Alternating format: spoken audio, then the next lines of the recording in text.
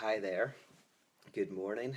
Um, Today I want to talk a little bit about defense mechanisms, how we cope with and don't cope with suffering. Um, all of us in our individual lives and in our communities and in our countries suffer to some extent. There are traumas that happen to us, these experiences which disrupt us.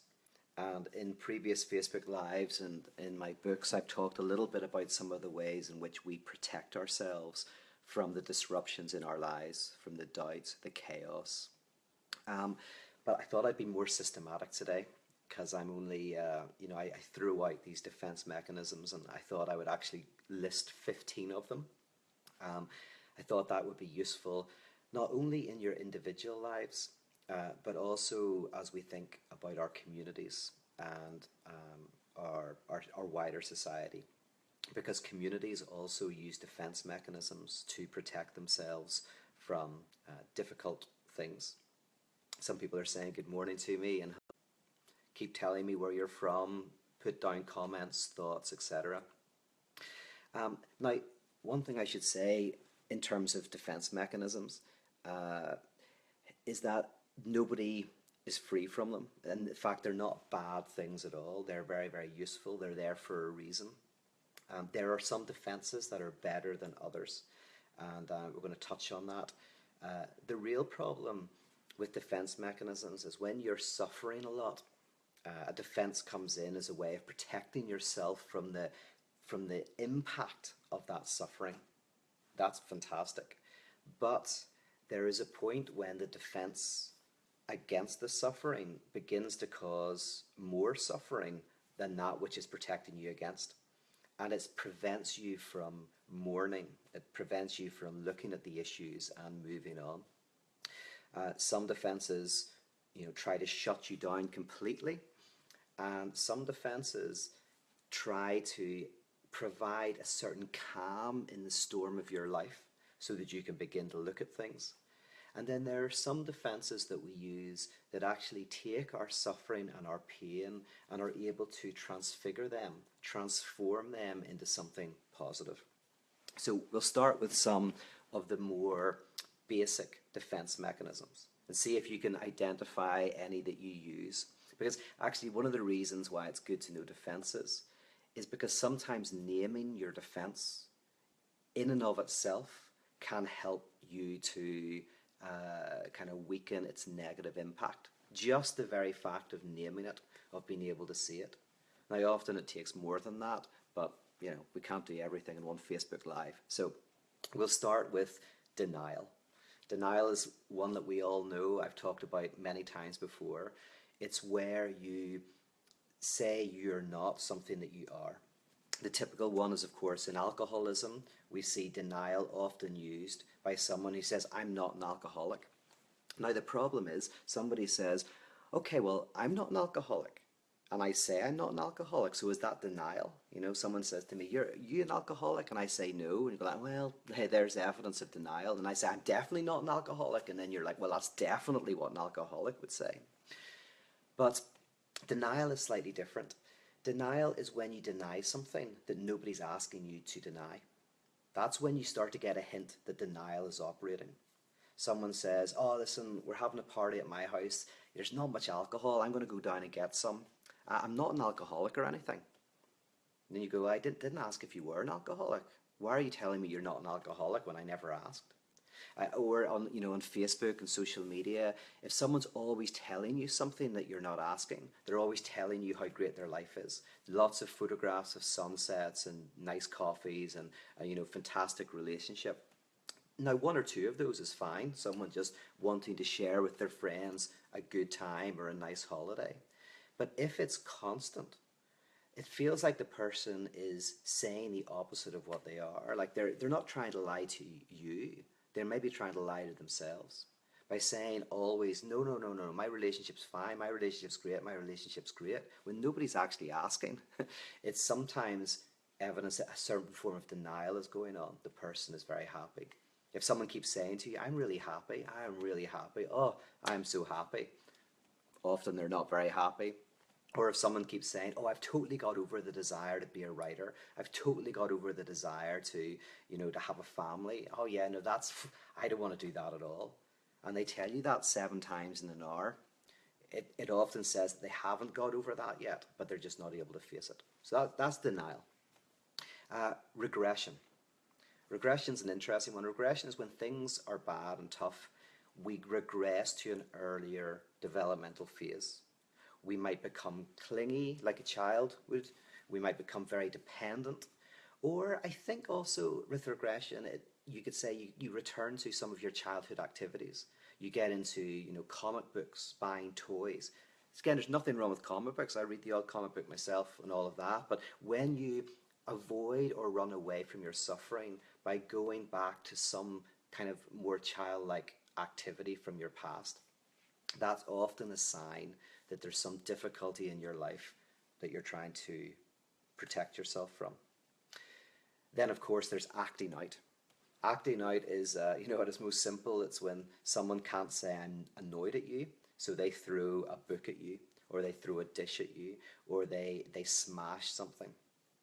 Acting out is, in a sense, a way of, it's a weird defense because it is actually expressing emotion, but it's expressing like too much emotion, and it's not, the emotion's not able to be expressed.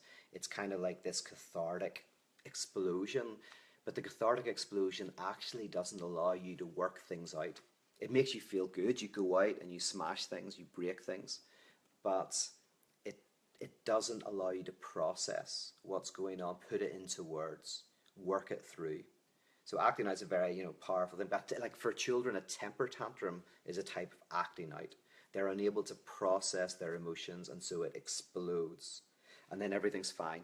That's the thing. That's the problem. Acting like, bam, everything explodes, and then everything's fine, everything's good, oh, it'll be great. Hasn't been worked through. Disassociation is another one. Disassociation is, and only some people do this, it's in a sense of like, some people can't do it. It's not as a defense that where you basically you disassociate from yourself, you feel out of body. When things are going bad, you kind of lose track of time and space and even where you are within yourself. You just suddenly, like, everything feels like walking through treacle. You feel otherworldly. And that's often a way for the body to shut down something that is very traumatic and very difficult. Again, this is what happens often when something very, very bad happens. That's often if someone's been abused when they've been very young. Disassociation is a defense that can be used and goes into adult life. Another form of that kind of is compartmentalization. This is a much more common one, where we're simply able to compartmentalize our existence in such a way that we can shut off certain parts of ourselves.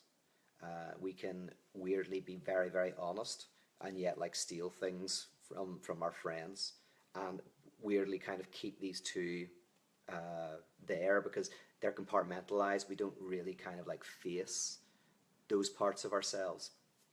We keep them in clean containers. Now, which again is able to help us function in life, but ultimately the compartmentalization means that we're not able to integrate our lives and kind of like begin to kind of be more consistent. Projection.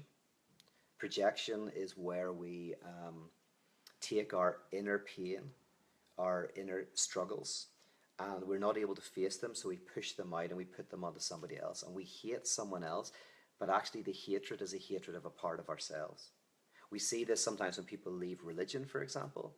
They can hate the community that they left, hate it with a passion. You listen to what's being said. Sorry, by the way, every now and again when I touch the screen, it's because I'm moving notifications away. There's such a despising of what you've come from and the people who are still there.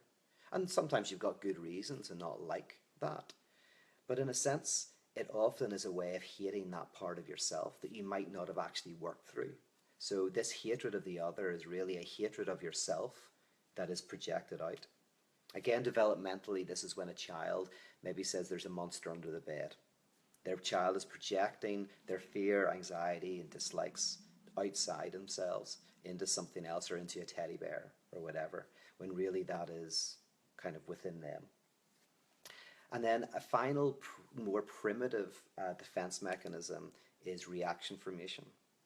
Reaction formation is where you do the opposite of what you are. So it's not denial where you say you don't have a problem. It's actually where you look like you're the very opposite.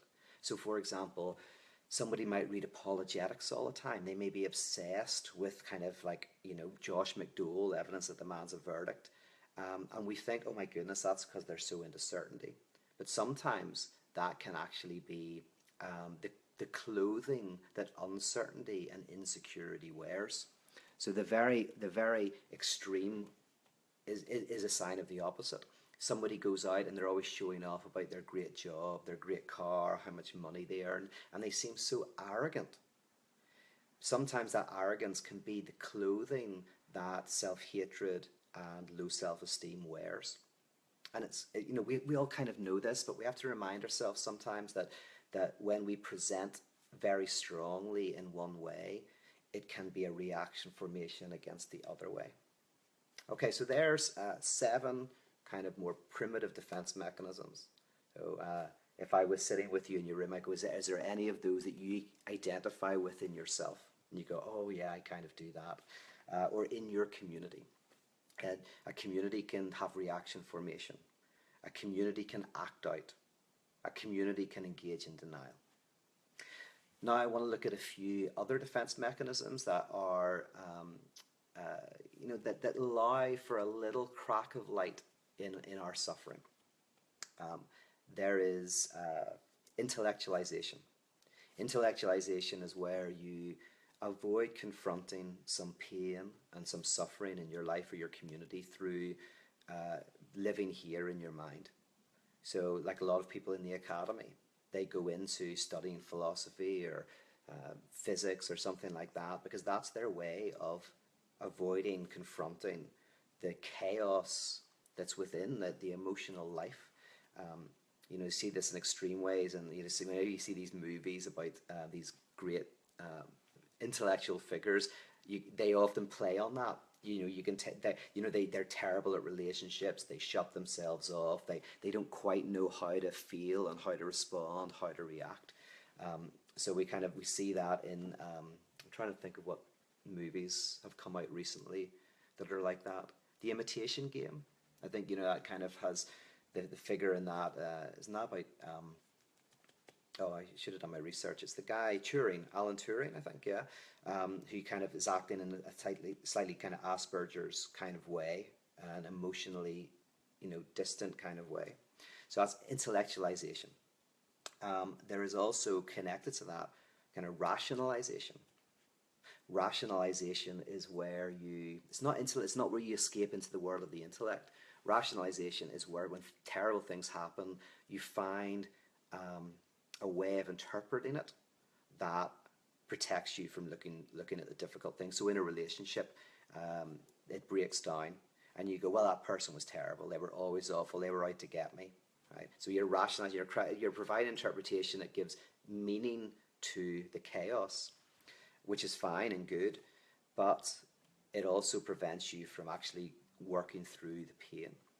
In a structural way in religion, rationalization is where it would be theodicy, where you give reasons for people's suffering. Oh, that's that cancer. That's to do with the fall, or that's to do with God is testing you, wanting to see if you'll remain faithful through this. That's a great way to avoid actually just sitting in the pain and looking at it and being like Job and just going, what does this mean? So, theodicy could be seen as a form of rationalization that protects ourselves from experiencing the chaos of existence. If you take the Holocaust or Shoah, there's a sense of if you provide a theodicy on that, it actually is deeply offensive. It's it's a test, it's a purification process, it's this, it's that. It's like, no, that. But sometimes having a reason for suffering feels better to us than, even if it's a terrible reason, even if I'm like, oh, I'm suffering because God hates me, that can sometimes, strangely, still be more calming than I don't have any reason for this suffering. I have to experience the absurdity of it. So rationalization is in some respects protecting you from the absurdity of one's suffering and like actually being in it. Also, let's think, undoing. Undoing is where you say something really terrible to somebody and then you immediately feel bad and say 100 amazing things about them. Oh no, actually you're brilliant, you're fantastic, or you're really nice, you're really nasty to your kids, and then you buy them lots of presents. Undoing is where you try to, in a sense, put the toothpaste back in the toothpaste thing, the toothpaste thing, the tube, whatever it is. It's like it's out there, and your way of not like working through your acting out, you're kind of like that pissed off thing that you are, is to immediately like be super nice and super kind, which is fine and good for the person. But then you see this abusive behavior then where someone acts out, they're emotionally abusive to you or something like that, and then they're so nice and they do all this stuff, and then you go, oh, it's okay, and then it happens again, and undoing. And this again it becomes a repetitive, what's called a compulsive repetition. This repeats and repeats and repeats until you actually look at what's going on beneath it. Okay, so there's a few more. And again, you can ask yourself, do I see myself in intellectualization? Do I rationalize? Do I try to undo? Repression, another one. We do repress, just push down the negative feelings and pretend they're not there. It's a way of kind of like censoring yourself. But now I want to go into kind of a third little cluster. And these are actually kind of like defense mechanisms that protect you against the sheer horror of unmitigated suffering. But they do something really powerful with that suffering. Right? Because in a sense, to be human is to always have a type of armor, semi-permeable armor, that protects you from raw experience of horror. And sometimes that armor becomes so impermeable, and that's those early defenses, that's acting out, reaction, formation, denial. Sometimes it's semi-permeable, that's the ones we were looking at there, intellectualization, rationalization. These kind of allow a little bit in. But sometimes the armor can really help us deal with and explore our suffering. And I want to mention three. First is assertiveness.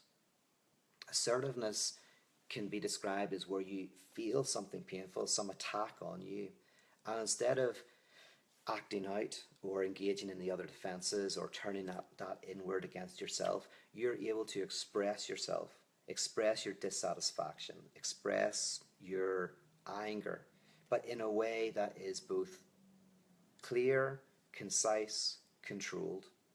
Now, you'll have experienced that in your own life. Whenever you're able to say to the person what you want to say, but you don't say too much, you don't blow it up out of proportion, and you don't hide away, you're able to express yourself.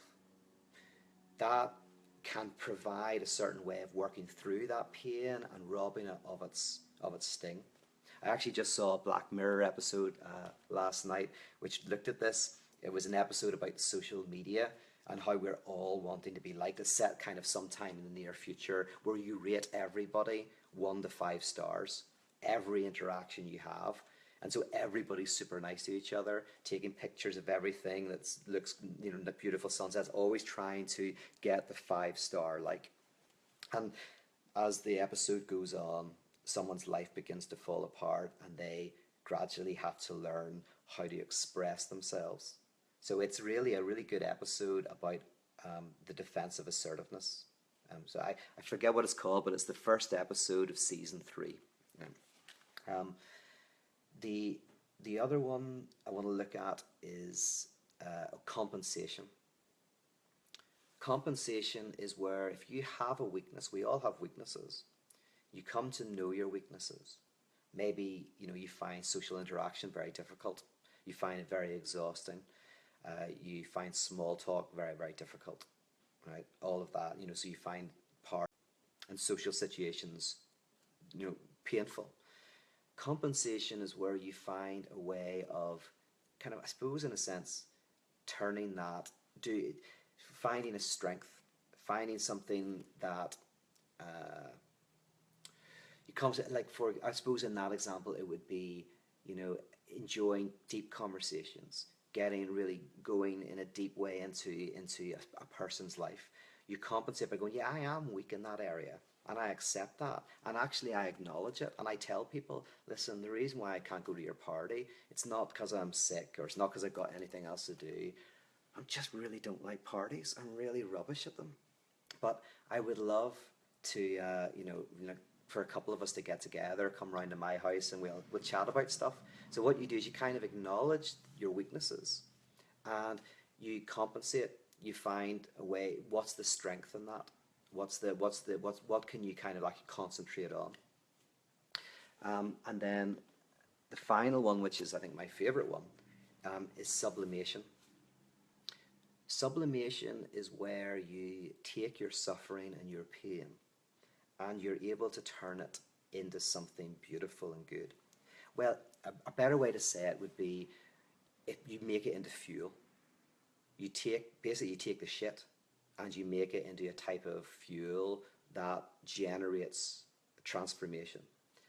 So, for example, if you've gone through some sort of really painful abuse in your past, you might be able to, over time, find a way to use that to help other people who have gone through similar experiences.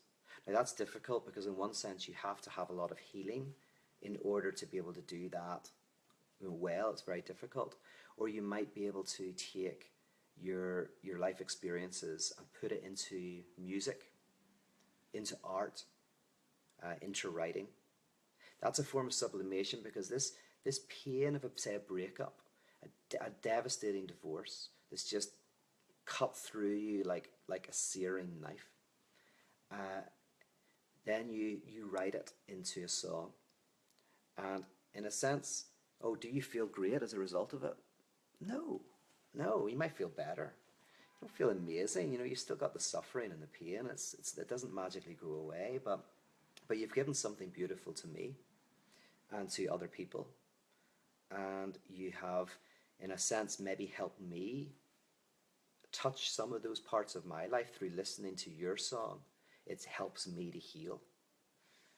In art, you paint, and whether you give those paintings to your friends or your family, or whether you put them in an art gallery, those paintings can speak to me and be a gift.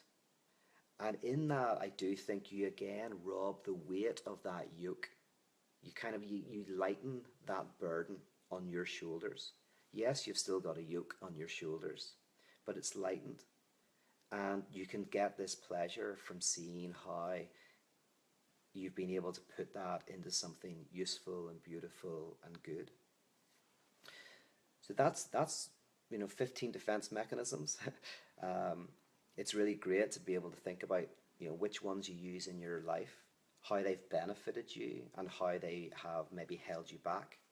Begin to name them, and also even name them whenever you do them with other people, with your partner or your friends. Go, listen, you know what I'm doing here? I am totally in denial. I'm just going to name it. Or I'm totally rationalizing here. But also in our communities, when we suffer from pain and doubt and unknowing in our communities, do we tend to split the world into good and bad? I don't know if I talked about splitting actually, did I? Splitting the world into good and bad. Do we regress or do we sublimate? Are we assertive? The difference between assertiveness and acting out is slightly different. Acting out is you go and you smash cars, you burn buildings. Sometimes sometimes you have to do that. But ultimately, that's not going to, over time, transform things. Acting out can be turned into assertiveness. So you don't condemn acting out. No, you go like acting out something we do. but we go, right, how do we then take this acting out and turn it into assertiveness, which is, forceful and does speak, but in a way that can that can make things happen? How do we do that in our own lives and in our communities? How do we go? Intellectualization is important. How do we think through things? But how do we make sure we're not doing that in such a way that we're protecting ourselves? Okay, I'll just have a little look and see if anybody's got any questions or comments.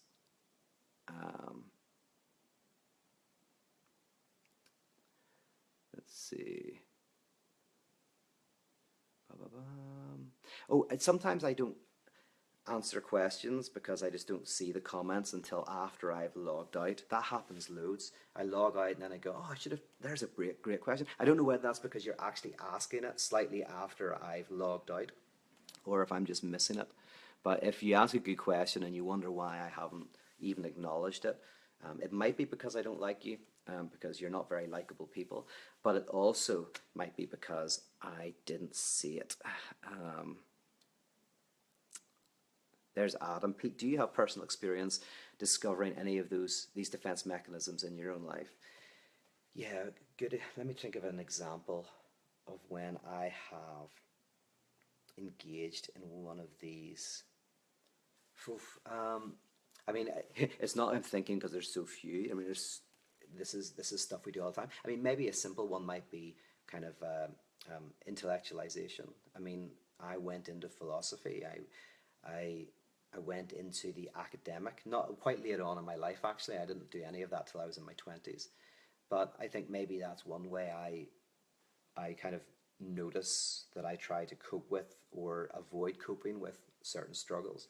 So, if things are difficult, I'll go to a coffee shop and read some book and think and live here in my head.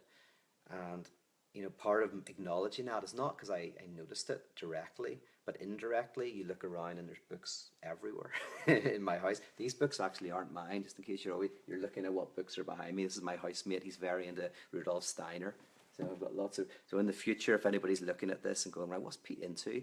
And then they look at the bookshelf that's behind my Facebook page, I'm not, big into Rudolf Steiner. So I don't know if you can see them or not. My housemate, he's a very smart guy as well, but he's more into anthroposophy than I would be. Okay, let's see.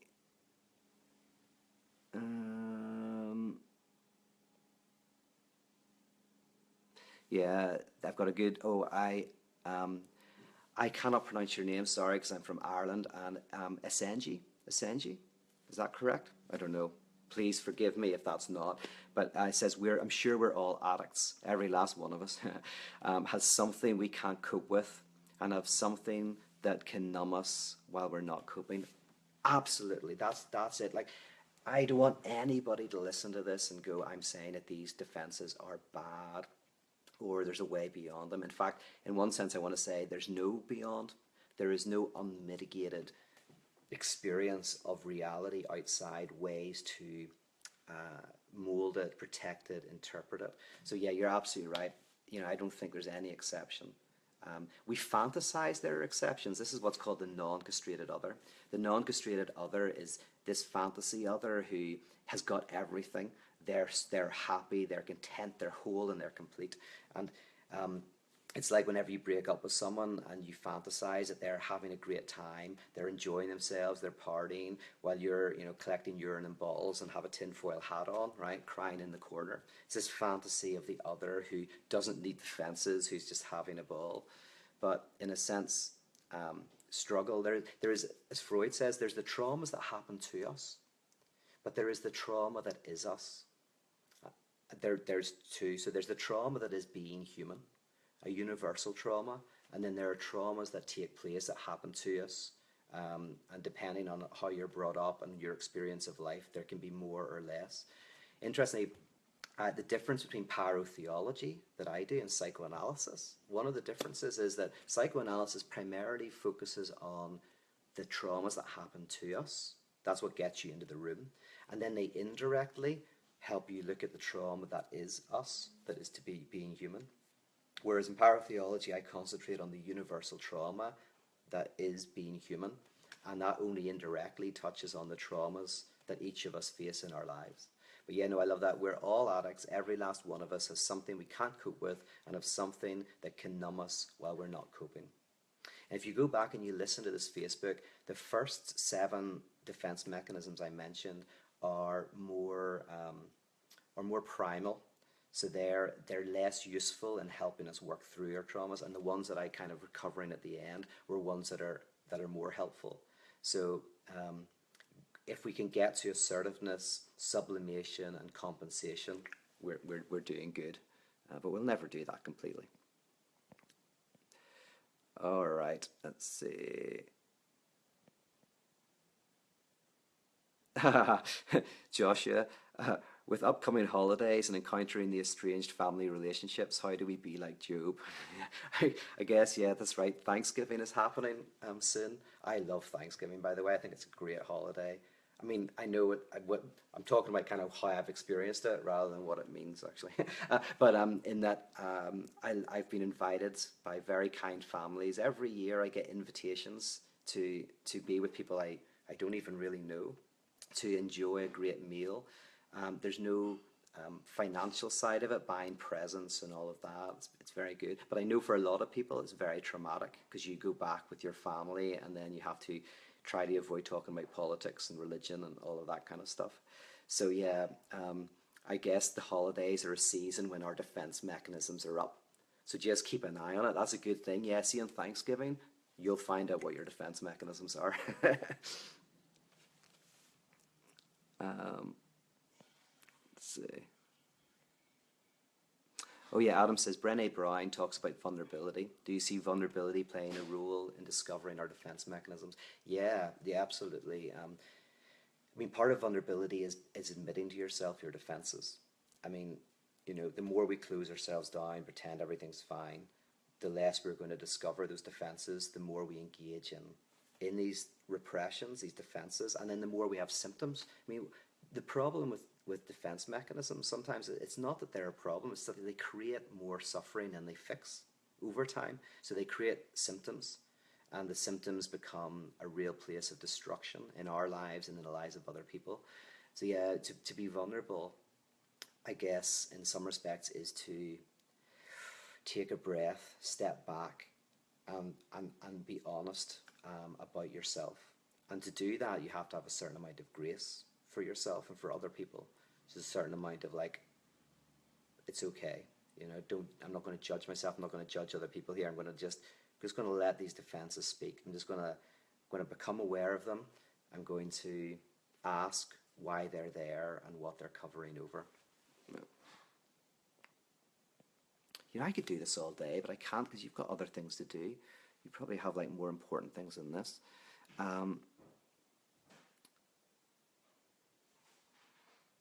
Okay, I'll do one more, and then I'll let you go. Let you go. I mean, you can actually log out. I do take a note of who logs out. It tells me, and if I'm ever in power, I will come and find you. But anyway, Jared says, would it be possible that our perception of something being trauma is in many cases what makes it trauma? If I hear you correctly, I think you're absolutely right in that. Traumas are interesting things, right? A trauma is not what happens. It's in a sense how it subjectively impacts us. The weird thing is something can be traumatic, which is tiny. A child hearing a loud television set downstairs and thinking that that's their parents arguing can be traumatic to the child. And then something else that is actually incredible, like somebody growing up during a conflict, a bloody conflict, and seeing an explosion and seeing someone die, it can, while being very, very difficult, not become a type of trauma that lives with us.